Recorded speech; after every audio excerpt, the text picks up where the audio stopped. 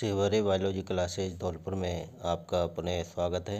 आज हम chapter number 3 को लेकर के आए हैं और इसके बहुविकल्पीय प्रश्न और लघुत्तरात्मक प्रश्नों के सॉल्यूशन के साथ में आज हम आपके सामने आए हैं। सबसे पहला जो प्रश्न है वो है अनुन्मील्य परागण पाया जाता है, जिसका नाम है वायोला।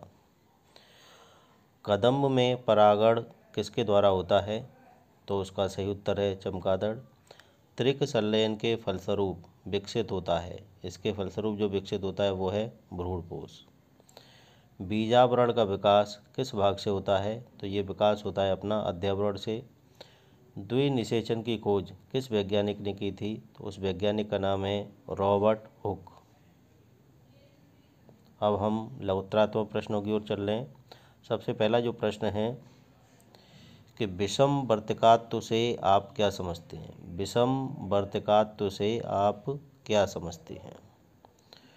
तो जिसका उत्तर है कुछ पौधों के पुष्पों में या तो वर्तिका पुंकेसरों से लंबी होती है या वर्तिका से पुंकेसर अत्यधिक लंबे होते हैं जो स्वयं परागण को रोकते हैं।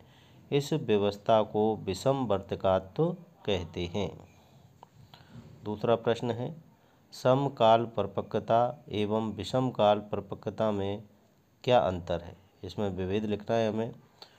तो इसका सही उत्तर है जब पुंकेसर के परागकोश एवं जायांग में वर्तिकाग्र समान समय पर परिपक्व होते हैं तो इसे समकाल परिपक्वता कहते हैं। इसके विपरीत जब परागकोश एवं वर्तिकाग्र भिन्न समय पर परिपक्व होते हैं तो इसे विषमकाल परिपक्वता कहते हैं। जो भी यहाँ आपको कुछ एरर दिखाई दे रहा होगा तो वो टाइपिंग मिस्टेक है, इस पर आप ध्यान नहीं दें। जो मैं बोल रहा हूँ आप उसको सही मानें। अगला प्रश्न है असंगतता को परिभाषित कीजिए। पूर्णतः कार्यक्षम एवं जननक्षम नर एवं मादा युग्मकों के मध्य निषेचन में विफलता को हम क्या कहते हैं? असंगतता कहते हैं। अगला प्रश्न है पादपों में निषेचन को सर्वप्रथम किसने खोजा था? तो ये वैज्ञानिक का नाम है स्ट्रॉसबर्गर था। इन्होंने इसको 1884 ईस्वी में खोजा था। अगला प्रश्न है बीज पत्रोपरिक व बीज पत्राधार में अंतर स्पष्ट कीजिए। बीज पत्राधार व बीज पत्रोपरिक भ्रूणीय अक्ष के भाग हैं।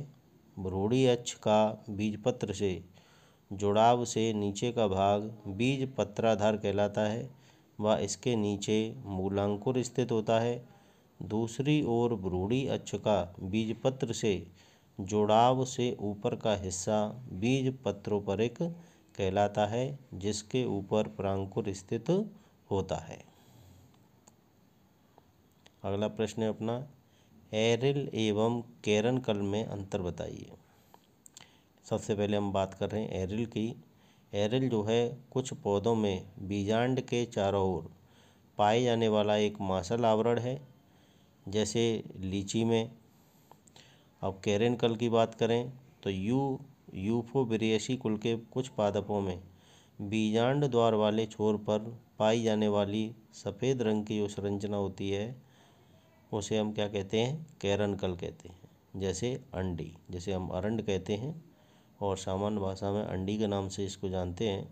अब है अगला प्रश्न अनिषेक फलन को प्रेरित करने वाले दो हार्मोनों के कोई नाम लिखने हैं।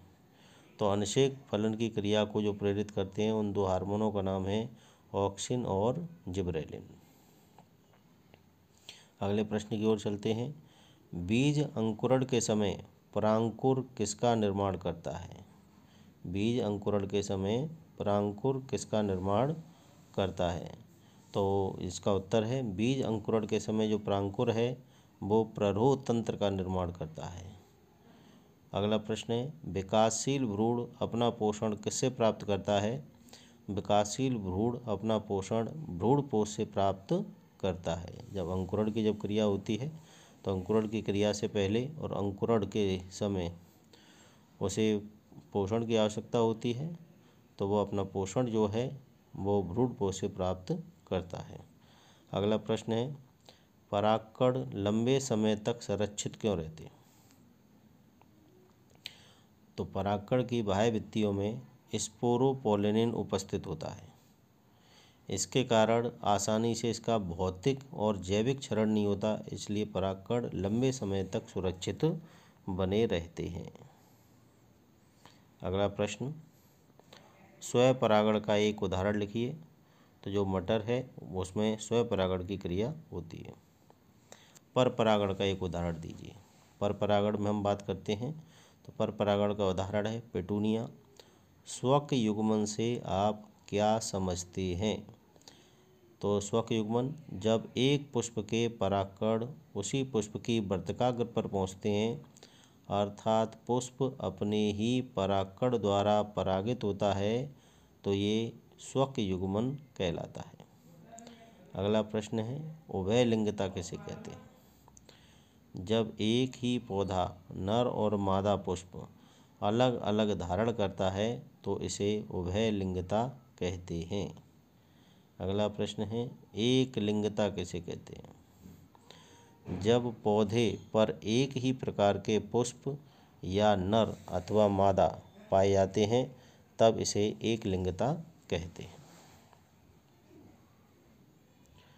अनुन्मील्यता क्या है? जिन पौधों के पुष्प कभी भी नहीं खुलते, कहने का तात्पर्य है कि इनका जो नर और मादा जननांग भाग है वो दल पुंजों के द्वारा बंद रहता है, तो ऐसा जिन पादपों के अंदर होता है उनको हम अनुन्मील पादप कहते हैं। इस घटना को हम अनुन्मील्यता कहते हैं।